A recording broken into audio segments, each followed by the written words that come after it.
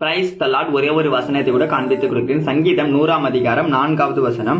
அவரை துதித்து அவருடைய நாமத்தை ஸ்தோத்தரியுங்கள். இன்னைக்கு ஆண்டவர் உங்களை பார்த்து சொல்ற காரியம்னா, மகனே மகளே நீங்க என்ன துதிங்கன்னு சொல்றாரு. துதிக்கிறது அப்படின்னா அவரை தொழுது கொள்றது, ஆராதனை செய்யறது, அவருக்கு மட்டும் கனமும் மகிமையும் செலுத்துறதுங்க.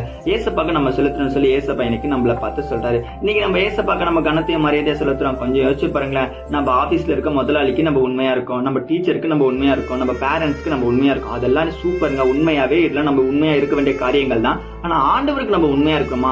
இந்த பாவத்தை பண்ணா தப்பு, நான் பண்ணக்கூடாது, இந்த காரியம் செஞ்ச தப்பு, இது நான் பண்ணக்கூடாது. ஏசப்பா என்ன பார்த்துட்டே இருக்காரு. இந்த நண்பர்களோட நான் சேர்ந்தேன்னா கண்டிப்பா நான் உருப்பட மாட்டேன், எனக்கே தெரியும், நான் எங்களோட சேர்ந்து போவேன்னு சொல்லிட்டு ஆண்டவருக்கு பிரியமில்லாத காரியத்தை செஞ்சுட்டு ஆண்டவர் நான் துதிக்கிறேன் அப்படின்னா துதிக்கிறது வேஸ்ட்டுங்க.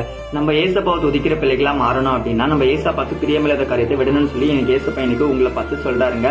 ஏசப்பா முகங்களை நோக்கி பாக்குற எந்த முகங்களும் வெட்கப்பட்டு போகணும்னு வசனம் சொல்லுதுங்க. ஏசப்பா நோக்கி பாத்தீங்கன்னா நிச்சயமா உங்க வாழ்க்கையில நீங்க வெற்றியை பார்ப்பீங்க. விசுவாசிக்கிறீங்கன்னா ஆமேன் போட்டுக்கோங்க. இதே போல வசனம் நான் ஃபாலோ பண்ணிக்கோங்க. God bless you. ஆமென்.